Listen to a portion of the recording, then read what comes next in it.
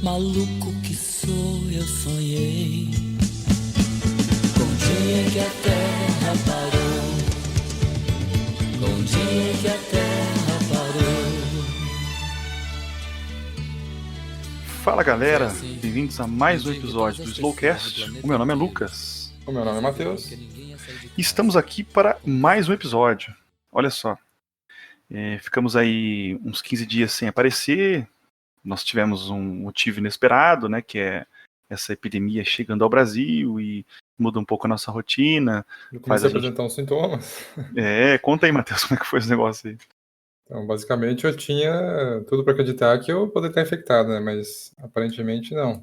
Mas de qualquer forma, eu fiquei isolado e não tive contato com ninguém. Então fica a dica aí, ó. Ficar em casa funciona.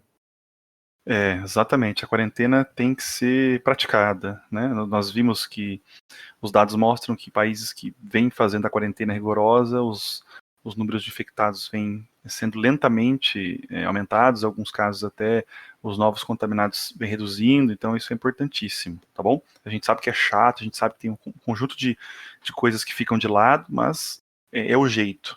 Né? Mas mais chato do que a gente ficar em casa e, sei lá, a gente quer sempre sair, fazer alguma coisa, mas mais chato que isso é algum familiar nosso pegar o vírus, a gente, sei lá, pode até ser que aconteça de perder uma pessoa querida, então vamos ficar atento com isso. Exatamente. Bom, nós estamos aqui hoje para um episódio que tem a ver com essa pandemia, né? Mas antes disso, acho que vale a pena, Matheus, falar um pouquinho das redes sociais, hein? O nosso Instagram vai começar a funcionar de novo agora, porque a gente vai começar a publicar. Então, assim que a gente soltar o episódio aqui, eu já vou soltar lá, que é o instagram.com/slow.cast. O nosso canal do YouTube tá bem legal também. Se você, por algum motivo, prefere ouvir no YouTube do que ouvir no Spotify, fica lá a dica. Então, é Slowcast, é o mesmo logo do nosso canal aqui, que é um caracol, então fica à vontade. Mas praticamente você vai ficar olhando um vídeo por 30 minutos. Talvez o Spotify seja um pouco mais interessante nesse momento que você... E eu também, pelo menos, você pode minimizar, né? O YouTube ainda não tem essa função ainda muito boa, que é você poder minimizar enquanto você escuta. Bom, o episódio de hoje fala sobre como que uma pandemia como essa que nós assistimos, ela revelou bastante sobre o que vimos fazendo sobre o mundo, né? O que a gente tem feito em termos de impacto sobre esse planeta e de que forma que com a epidemia atingindo mais países, né, se transformando numa pandemia, já falamos sobre isso, como isso vai mostrando um pouco o impacto que nós temos e a forma como nós simplesmente contaminamos o nosso planeta e o poluímos, enfim. Então, vamos começar um pouquinho, o Matheus vai trazer algumas informações pra gente e por aí vai. Vamos lá. Bom, então, o assunto de hoje, como o Lucas já disse, é que o coronavírus ele vem reduzindo as emissões de poluentes em alguns países. Alguns países que são mais centros econômicos que a gente presta atenção, como a China, e alguns também com o norte bem industrializado, que é no caso da Itália. E agora, como a quarentena da Índia é recente, a gente já começou a ver resultados disso, mas a gente vai ver ao longo do tempo. Então, teoricamente, o globo inteiro está desacelerando, então, de fato, esses poluentes vão desacelerar a produção em todos os lugares, mas em alguns lugares mais, porque eles emitem mais. Onde que eu peguei essa informação? Eu peguei essa informação de uma agência de pesquisa que chama CREA, que chama Center for Research on Energy and Clean Air, que nada mais é do que um centro de pesquisa para a qualidade do ar. Essa é uma organização independente, focada em expor realmente sim, tendências de poluições na atmosfera, também como suas causas e impactos na saúde pública, que é o interesse por trás de tudo isso. Então, eles fazem isso, não é simplesmente no chutômetro, então eles têm imagens de satélites, eles usam dados reais, né? Então essa informação é muito interessante, porque ninguém inventa nada, então é pesquisa científica. Eles se baseiam também em evidências de papers que tanto eles publicam, quanto eles acham em sites, em jornais e revistas científicas. Então é uma coisa com credibilidade, que é bom frisar também, né? Credibilidade hoje é essencial. Perfeito. Então, basicamente isso, né? Tá havendo, né, uma paralisação de fábricas, de voos, inclusive as frotas aéreas do mundo inteiro eles estão parando, de fato. Principalmente na China, né, que tem um fluxo de pessoas muito alto, tanto que entra quanto que sai. É porque tem muita gente na China, né? Então, e da mesma maneira as lojas de locais muito populosos, assim, de consumo, assim, da galera sai de final de semana e vai comprar, essas coisas estão meio que paradas. Então, as pessoas não estão circulando e isso está tendo um impacto bastante positivo em relação aos poluentes. No caso da China, houve uma queda de 25% nas emissões de CO2, que é o nosso famoso gás carbônico. Então, esses cálculos foram feitos, eu acho que vale a pena mencionar, por essa agência, que chama CREA, e por uma mulher específica que chama Laura Melivirta. Então, basicamente, a China deixou de emitir 150 milhões de toneladas métricas de CO2 em 3 semanas. Para a gente entender quão grandiosa é essa afirmação, né, no caso, isso equivale ao que a cidade de Nova York emite durante o ano inteiro. Então, a China deixou de emitir em 3 semanas o que a Nova York emite o ano inteiro. E Nova York, até onde a gente sabe, é uma cidade global, né? Todo mundo circula, indústrias de todos os tipos e etc. Então, isso a gente consegue ver que a China tem um papel primordial na emissão desses gases para a atmosfera. Se ela parar por 3 semanas e reduz em 6%, imagina a China parar por 5, 6 meses, né? Além disso, também existe um monitoramento na Itália, que a Itália, que todo mundo está ouvindo falar que foi o segundo epicentro da doença, que está morrendo muita gente e tudo mais, então a galera está fazendo uma quarentena bem forte lá, apesar de não terem começado por isso, né? Mas na Itália se reduziu coisa de 40% de emissões de dióxido de nitrogênio, que é o NO2. Então, além da China, existe também um monitoramento na Itália, que apesar de não ter começado com quarentena e ter cometido alguns erros no paciente zero, de não ter monitorado e tudo mais, eles começaram a parar. E o norte da Itália é um local muito industrializado, né? Geralmente na Itália é dividido em norte industrializado e sul mais agrário. E houve uma redução de 40% das emissões de dióxido de nitrogênio, já não é mais o CO2, é o NO2, que é um dos gases poluentes também. Vou até falar um pouquinho além disso. Então, houve uma redução de 40% disso em poucas semanas, e houve, de fato, uma grande melhora na qualidade do ar daquela região. Então, inclusive, eu tenho até um amigo lá que reportou isso. Bom, a Índia atingiu o menor nível de emissões de NO2 da história, com poucos dias de quarentena. A Índia, como todo mundo sabe, é o segundo país mais populoso do mundo, com 1,3 bilhão de pessoas, e houve uma imensa melhora na qualidade do ar naquele lugar. Então, eu falei para vocês de CO2, de NO2, eu gostaria de falar um pouco mais do NO2. O CO2 é um gás que todo mundo está falando ultimamente, na verdade sempre falou, mas o NO2 merece um pouquinho de atenção especial. Então, o NO2, agora eu vou falar da minha parte química, né? A minha formação de química me pede para falar isso. Mas o NO2 ele é um famoso dióxido de nitrogênio, né? Ele é um gás com cheiro bastante forte. É um gás formado por 2 halogênios ligados e uma covalente. Isso aqui eu preciso falar, não posso deixar de omitir. Um dos pertencentes da família dos óxidos de nitrogênio, que tem mais. E ele é formado naturalmente na atmosfera, pois o ar, assim, só para sintetizar que o ar ele é composto majoritariamente por nitrogênio e oxigênio. Então, na presença de energia, que no caso são os raios de tempestades, etc., essa reação acontece. Mas, essa formação natural corresponde a apenas 1% da formação do gás na nossa vida cotidiana. Então, o gás ele se mostra um gás bastante poluente e ele contribui para a formação do smog fotoquímico, que muitos alunos do Lucas já devem ter ouvido falar na parte da geografia. Então, ele tem significantes impactos na saúde humana, né? Então, a maioria do NO2, que não é esse 1% formado naturalmente, ele é produzido na queima de combustíveis fósseis.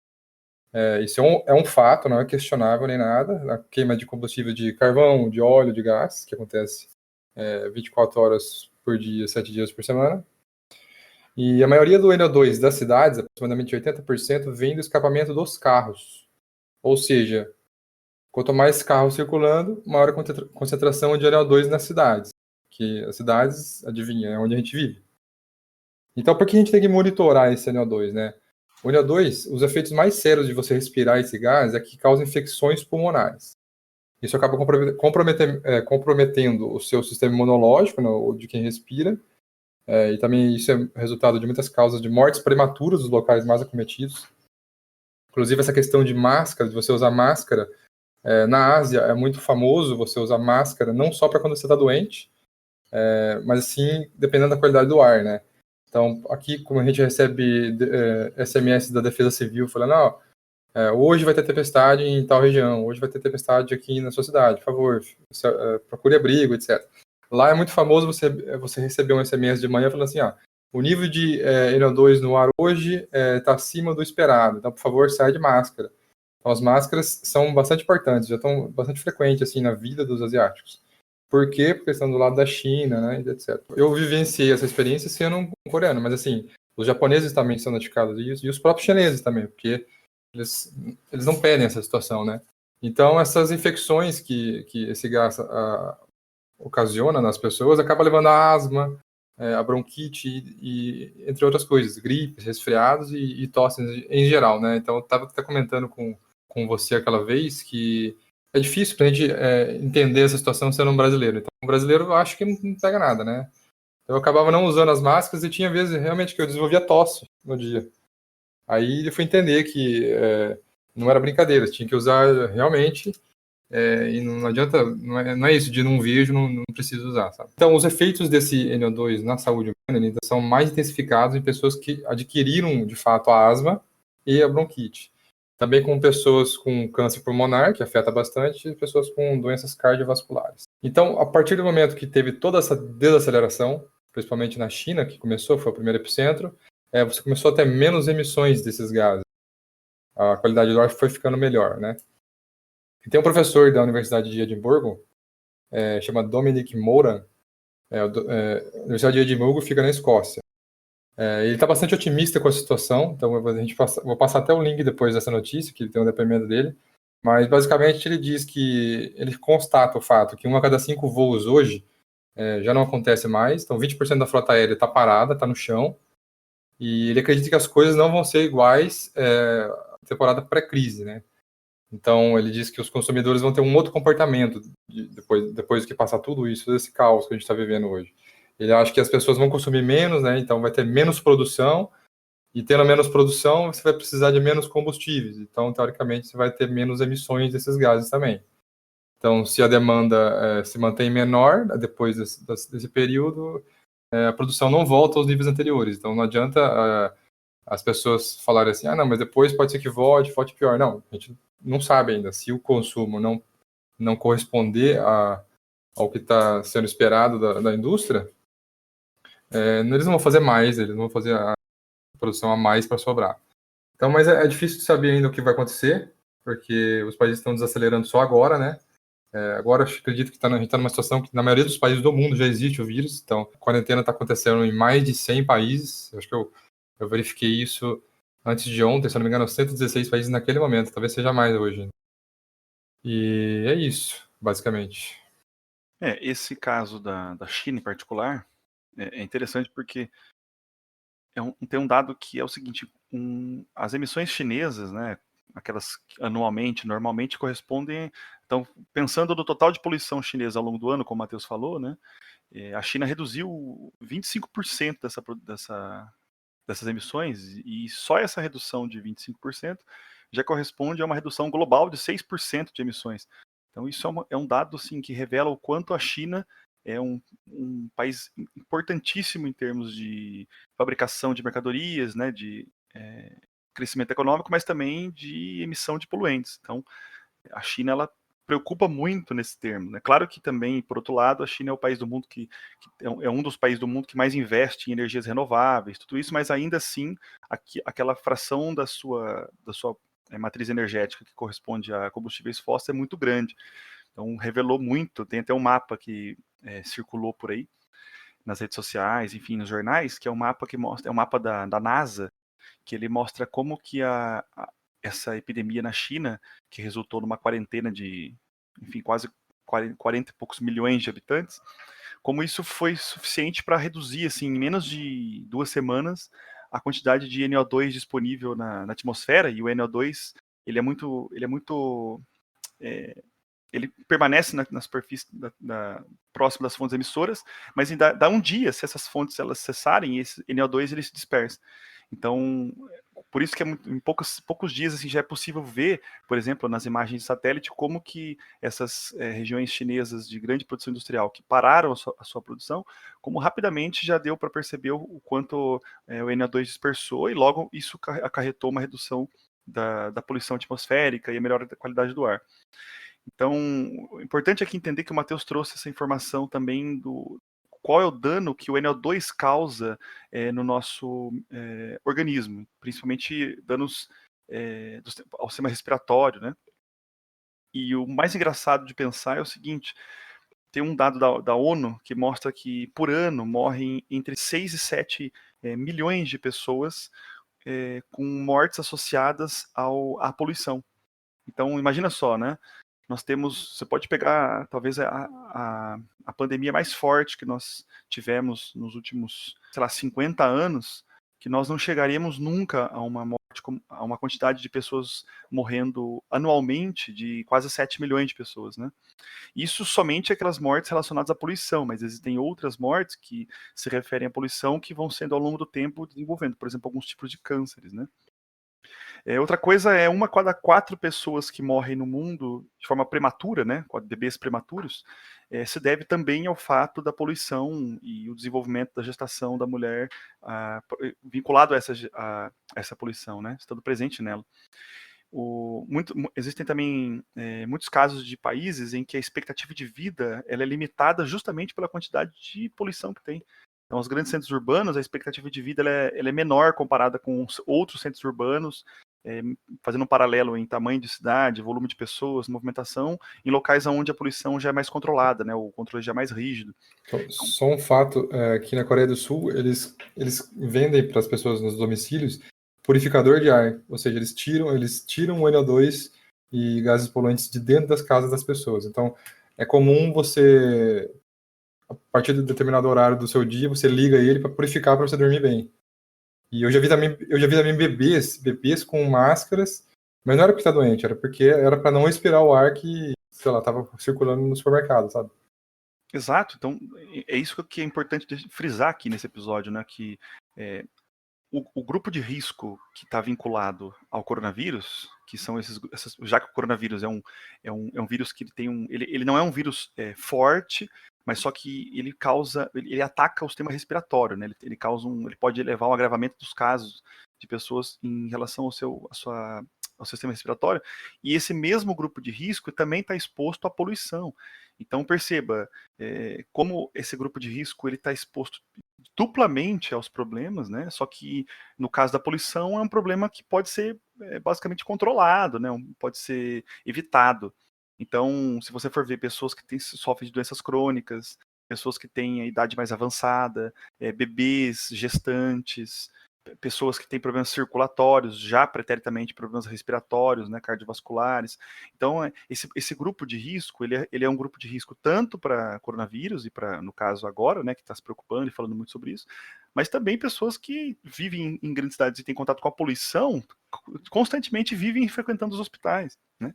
Então, no caso chinês, por exemplo, nós não temos essa informação ainda, mas muito provavelmente o Estado chinês já tem essa informação e sabe disso, né? Que não tendo um controle das suas fontes emissoras, somado ao caso de uma pandemia, de uma epidemia grande, de um vírus como esse, que é novo e ataca o sistema respiratório, isso é uma morte em massa de pessoas, né? É muito perigoso. Bom, uma outra informação aqui é a seguinte: nós falamos muito sobre as emissões de poluentes, né, que elas dizem respeito basicamente à atividade industrial, aos meios de transporte, mas também à geração de energia, né? Muitos países, que nós vivemos no Brasil, e o Brasil ele tem uma matriz energética mais limpa para a geração de energia elétrica. Então, por exemplo, a nossa matriz energética ela tem uma grande participação de fontes hidráulicas. Agora, muitos países do mundo, países europeus, por exemplo, né, países asiáticos, até mesmo os Estados Unidos, a América do Norte como um todo, existe uma participação muito grande de combustíveis fósseis para a geração de energia elétrica. Então, isso não mudou, né, porque as pessoas... tudo bem, as fábricas elas diminuíram a produção, elas consomem muita energia, mas ao mesmo tempo também as pessoas ficando em casa, gastando mais energia. Então, perceba que a geração de energia, ela demanda, em muitos países, uma queima de combustíveis. Mas no final das contas, né, pelos cálculos da Agência Internacional de Energia, a demanda pelo petróleo teve uma redução muito grande, né? Ela caiu pela primeira vez desde a crise que teve lá em 2008 nos Estados Unidos, que também desacelerou a economia no ano seguinte. Então, desde 2009, que não havia uma queda tão grande no consumo de petróleo, né? O que evidencia um pouco a ideia que o mundo desacelerou em termos de consumo de energia e logo também a queima de combustível. Mas aí aquela questão, né? É sempre importante a gente ressaltar. Voltando agora a falar um pouco da epidemia. O coronavírus, ele é apenas um tipo de vírus que está circulando. E, em grande medida também, se você for pensar, o fato de nós estamos vivendo agora uma situação dessa, né, para alguns pesquisadores da área, eles dizem que, na verdade, isso é o novo comum, né? O fato de nós adentrarmos cada vez mais espaços da vida selvagem, né, da vida silvestre, isso implica em novos contatos entre seres humanos e animais e faz com que a gente cada vez mais descubra novas espécies de vírus, novas espécies de micro-organismos, né, de bactérias, enfim. Então, alguns especialistas mostram que, na verdade, o coronavírus ele é um vírus fraco comparado com todos os outros vírus que já se conhece, já se sabe que estão circulando somente entre os animais, né, não é uma zoonose ainda, ou seja, não passou para nenhum ser humano, mas que se passasse para algum ser humano, teria uma taxa de mortalidade muito maior. Teoricamente, a gente teve sorte que foi corona, então. É mais ou menos esse sentido, cara. Por exemplo, teve o caso do ebola, né, que aconteceu na África há alguns anos, e o ebola também é um vírus que é um vírus do ebola, né, que é passado de animal para ser humano. E na época eram os macacos, se eu não me engano, que passaram, né? E aí muitos países africanos que tiveram esse surto de ebola, o ebola ele tinha uma taxa de mortalidade de quase metade das pessoas que adquiriam o vírus. Então não era que assim, não era assim grupo de risco somente, né? Era um vírus muito forte e que matava muita gente, né? E aí ao mesmo tempo também, porque ele mata muita gente, então ele se dissemina menos, entendeu? É mais ou menos assim. Quanto mais forte o vírus, menos ele circula, porque daí as pessoas que pegam, eles ficam muito debilitadas e já ficam de cama e já tem um quadro agravado e já morrem. Enquanto o coronavírus, como é um vírus um pouco mais fraco do que esse, por exemplo, muitas pessoas não têm sintoma, então ele acaba carregando mais o vírus e dissemina mais. Mas a questão é, nós temos um modo de vida atual, o nosso padrão de consumo, o nosso padrão de vida, que basicamente desconsidera a existência de outras espécies de animais no mundo. Então nós estamos acostumados muito no Brasil, por exemplo, com vaca, com boi, com galinha, com porco, né? Nós consumimos essa carne, nós temos a pecuária desses animais. E agora, nós desconsideramos, por exemplo, que no caso da China, existe todo um outro conjunto de animais em que eles também consomem. E esse outro conjunto de animais, no caso da China, né, que é o epicentro foi onde surgiu essa epidemia, não teria acontecido se nós não tivéssemos arriscado tanto, né, se eles não tivessem tido tanto contato com esses animais. Então, por isso que alertam sempre sobre o perigo desse mercado de animais vivos, né? Então, por exemplo, aqui a carne é processada, tem todo um controle rigoroso sanitário sobre a qualidade da nossa mercadoria. E no caso chinês, em alguns locais, alguns mercados de algumas cidades chinesas, o consumo de espécies vivas é muito grande. Então, eles comem realmente esses animais que vocês veem na televisão, aí veem imagens, e é muito comum isso acontecer. A Ásia tem uma culinária muito voltada para esse tipo de frutos do mar, né, animais exóticos. Então, esse contato aumenta ainda mais as nossas chances. Mas não só lá, né? No caso africano, por exemplo, foi apenas o contato entre um animal, né, um novo vírus que surgiu, e o ser humano. Então, é importante dizer também isso, né, que nós estamos... O vírus ele serve como um alerta nessa pandemia, de que nós estamos invadindo muita vida silvestre. Nós não devemos ignorar, achar que nós zeramos a vida, sabe, Matheus?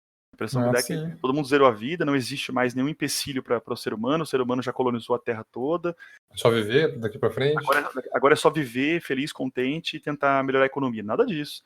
Na verdade, essas epidemias elas acontecem há milênios, né? O que nós estamos vendo agora é só uma epidemia transformando-se numa pandemia de forma muito acelerada devido à globalização. Inclusive, 75% das doenças infecciosas novas que estão aparecendo, elas vêm da vida silvestre. Elas vêm justamente do contato entre o ser humano e esses animais que estão por aí, só que a gente ignora a existência deles, né? Bom, o importante também falar aqui...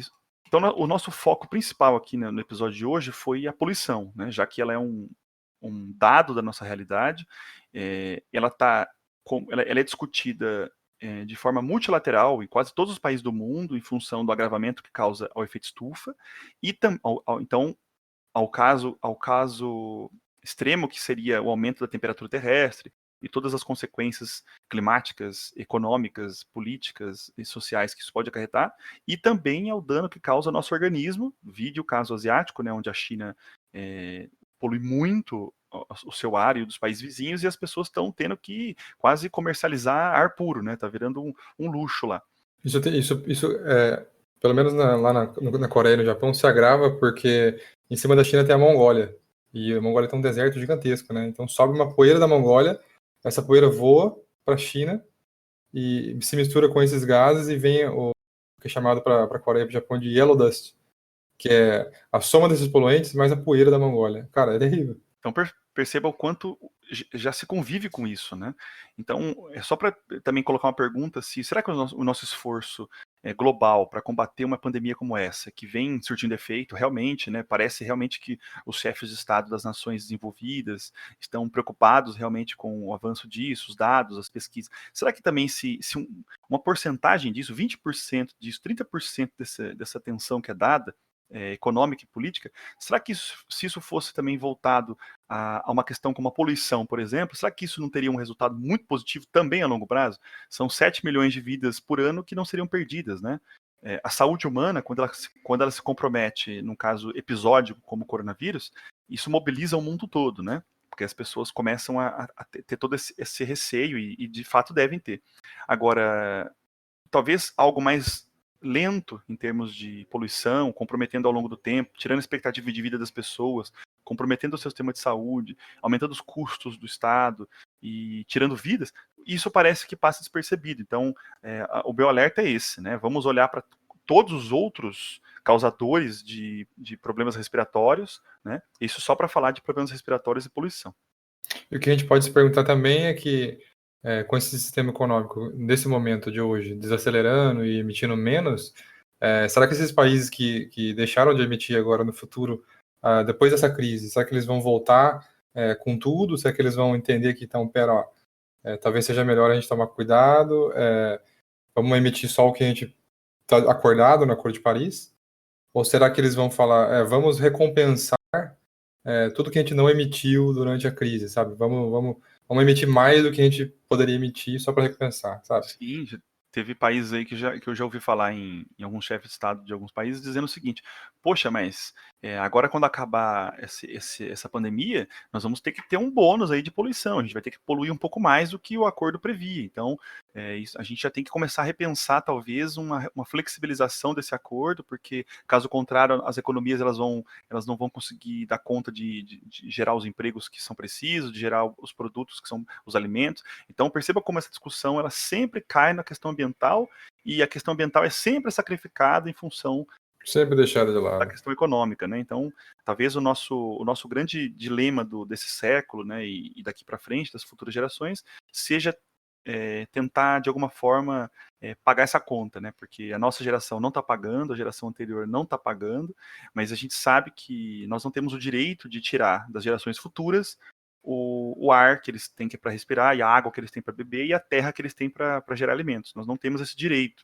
Temos que pensar muito bem, porque nos foi legado um solo, uma água e um ar mais ou menos puro, né? Então, a questão ambiental ela é também uma questão moral, uma questão geracional. E além do fato que existem impactos de curto prazo também, que podem afetar a nossa geração, inclusive. Perfeito. E para finalizar, eu acho que vale a pena falar de alguns boatos, né, Matheus, que circularam. Que eu caí, inclusive. Acho que todo mundo caiu, cara. Mostraram, a gente acompanhou muito nas redes sociais, né? Rede social é complicado, a gente acaba sempre acreditando, porque vê imagem e tal, mas esses boatos, eles circulam basicamente nas redes sociais, né? Eles ganham essa força, porque é nas redes que as pessoas amadoras, elas têm voz, né? Então, na sua timeline compete tanto o Papa, quanto o seu vizinho, quanto o seu tiozão lá, sabe? Então, a sua timeline é meio que um local onde tudo tem o mesmo nível, né? Como se fosse tudo horizontal, assim. E aí eu acho que esses boatos, eles circulam por causa disso. Agora, que boatos são esses? Boato número 1. Boato número 1 é os famosos peixinhos que circularam nos canais de Veneza, e mostrando como que agora as pessoas deixando de visitar esses locais, a água voltou a ficar pura, cristalina, sem poluição, né? Na verdade, esse boato ele ele na verdade, ele é um boato porque não tem nada de tirar a poluição de lá, a poluição continua, né? Tudo que já foi depositado continua. E o que aconteceu foi um processo físico de decantação, em que as pessoas deixaram de circular por aqueles barquinhos e parou de remexer a água e aí foi decantando, tipo um suco, né? Quando você estiver mexendo, ele vai ficar dissolvido. Toma leite com Todd, deixa o leite parado pra você ver, vai decantar no fundo, é Pois isso. é. Simplesmente. E aí, então o que aconteceu foi isso, a água não ficou mais pura, mais cristalina e mais limpa. Os golfinhos não sentiram necessidade de entrar nos... Então, na verdade, os peixinhos que estão lá, eles sempre estiveram lá. É que, na verdade, eles não são vistos porque a água está sempre sendo revolvida. Boato número 2 é a presença de golfinhos nos canais, né? Então, muitas pessoas falaram, tá vendo que lindo, agora os golfinhos voltaram a colonizar os canais, sempre estiveram aí, né, tal. Na verdade, não. Na verdade, esses golfinhos, eles foram filmados a centenas de quilômetros de Veneza. Eles estavam lá no Porto de Sardenha, no Mediterrâneo, mas aí, como no Facebook você pode colocar o que você quiser, as pessoas simplesmente fizeram uma postagem dizendo, tá vendo? E aí pronto, circulou, ganhou escala e todo mundo acreditou. Chegou na minha mãe, pronto. Outro foram cisnes, né? Se filmaram alguns cisnes nos canais, dizendo, olha que lindo, como a vida agora é belíssima, né? Como a natureza é perfeita. Na verdade, esses cisnes estão lá faz muito tempo. Eles ficam localizados em uma região específica lá, né? Alguns canais só, e não indicam nada diferente. É que alguém foi lá e filmou e tirou da paisagem todas as pessoas que não estão lá, né? Então apareceu como se fosse, de fato, uma retomada dos animais ao meio que eles estavam. Você chegou a ver aqueles elefantes que foram visitar uma vinícola abandonada e tomaram... Aquilo foi maravilhoso, conta essa. Tomaram vinho e ficaram bêbados dormindo na grama. Eu vi isso, cara. Aquilo foi maravilhoso. Eles sempre estavam lá, né? Aí encontraram um tonel de vinho lá que tava fermentando lá, tomaram aquilo e ficaram tudo bêbado. 3 horas, todo mundo bêbado dormindo. Maravilhoso. E tem um outro caso também que foi interessante, que é o seguinte, em alguns locais turísticos, né, muitos animais, eles convivem diariamente com os seres humanos. Então, se você já visitou algum local que tem algum animalzinho lá, um camundongo, um guaxinim, um macaquinho, né, ou qualquer coisa que você possa encontrar, assim, um animalzinho que está convivendo e você pode alimentar esse bichinho e tal. Então, até mesmo cachorro, macacos, enfim. Aí apareceram algumas imagens em alguns sites aí, alguns portais, mostrando o seguinte, olha, toda essa vida agora recolonizando as cidades, né, retomando o espaço que era delas, na verdade, e aí como se fosse assim, agora eles vão viver aí. Então, na verdade, de fato, isso é um boato, em partes, né, porque de fato eles estão lá, só que eles não estão felizes, lindos e maravilhosos, na verdade eles estão passando fome, que as pessoas os turistas que vão a esses lugares, eles já condicionaram esses animais a dar comida a eles. Então eles esperam os seres humanos para fornecer os alimentos. Eles não têm mais condições de procurar o próprio alimento, né? É um ambiente completamente urbanizado. Não tem não tem grandes árvores frutíferas, não tem nada disso. E não tem agricultura, não tem nada. Então os animais, na verdade, eles estão simplesmente procurando comida onde eles encontram. Por isso que eles estão andando por cima das casas, nas lojas, nas ruas, nos parques. É algo até meio triste se você for ver, né? E essas imagens que circulam, na verdade, elas tentam mostrar que a natureza retoma o espaço do ser humano quando o ser humano ele se retrai. Mas o que de fato acontece é que essa vida, essa fauna, ela sempre esteve nas cidades. Elas nunca deixaram de existir. O que acontece é que se você tirar o fator humano, ou seja, se você tirar da paisagem nós, a população humana, o que fica é a vida que estava lá sem contar gente. Então é assim, quem tiver em maior número destaca. Então turistas em maior número aparecem, e os animais aparecem menos. Agora, quando as pessoas ficam em casa em quarentena, os animais aparecem. Então, na verdade, é interessante tirar toda essa fantasia que ficou por trás disso e entender que, na realidade, o nosso impacto na natureza ele é duradouro o suficiente e grande o suficiente para demorar séculos até que isso possa, de fato, voltar a ter talvez uma imagem, uma paisagem parecida com aquela antes da gente chegar aqui, né? Talvez isso nunca aconteça. Né? Não é brincadeira. Por final, os últimos 2 novos cavaleiros do apocalipse, né? Tanto a pessoa que diz que o vírus foi criado pela China, uma arma biológica. Que foi um boato muito forte também. Foi um boato muito forte. Foi desmentido por cientistas, né? E aquele seu amigo fake ambientalista que diz que o coronavírus é o sistema imunológico da Terra agindo. Tem muita gente falando, né? Que... Sempre tem essas 2 versões. Mas entenda, vocês não precisam estar dentro dessas versões. Existem outras versões. Aquela galera que fala que seriam os seres humanos o vírus? Aquela pessoa que tem o cabelinho com coque para trás. Seriam o coque samurai. Seriam os seres humanos os vírus, e na verdade o vírus, o próprio sistema imunológico da Terra, sabe? Então, qualquer analogia que tente colocar a Terra como um organismo vivo, e nós como seus parasitas, a gente entende isso do ponto de vista da economia, né? Mas na verdade nós estamos aqui na Terra durante milhares de anos. E o impacto grande mesmo que nós causamos, e em termos de destruição do meio ambiente, transformação grande, é nos últimos 250 anos, né? Desde a Revolução Industrial. Então, os seres humanos sempre viveram de forma simbiótica com a Terra, né? Hoje, povos tradicionais, indígenas, camponeses, e, povos tribais, né? Agora, esse modo de vida urbano industrial que, de fato, consumiu os recursos e causou tudo isso. Então, o que a gente vive hoje é resultado de ação nossa. E de curto prazo, né? Dos últimos anos. Bom, pessoal, queria terminar então esse podcast. Espero que vocês tenham gostado. A ideia aqui é discutir um pouco mesmo a questão ambiental a partir de um outro ponto de vista, né? Ou seja, o que ficou depois que o vírus chegou. A gente não sabe como vai virar isso depois. Eu sou pessimista nesse sentido. Eu acredito que, na verdade, isso é episódico, passando meses disso, talvez uma crise econômica, e depois da crise econômica volta tudo normal de novo, não vai ter grandes mudanças. O Matheus já é um pouco mais otimista, né, Matheus? Então, talvez o professor da Universidade de Edimburgo seja certo. Talvez realmente a consciência das pessoas mudem, né, daqui para frente, e talvez esse consumo desenfreado que é tão importante em alguns locais da Terra, talvez isso seja revisto, repensado em termos de impacto em si, assim. A gente sabe que alguma coisa vai mudar daqui para frente, né? Talvez essa geração seja marcada por pré e pós pandemia, mas não no sentido de perigo dela, né? Ela é perigosa sim, mas ela está sendo controlada. Nós estamos talvez pré e pós pandemia em sentido de perceber que a forma como nós vivemos, o nosso sistema econômico, ele não resiste a uma coisa como essa. O momento de você ficar preocupado com a pandemia é durante a pandemia. Depois você tem que repensar e aprender como não viver isso de novo. Então, acho que é até importante a gente falar de novo, né?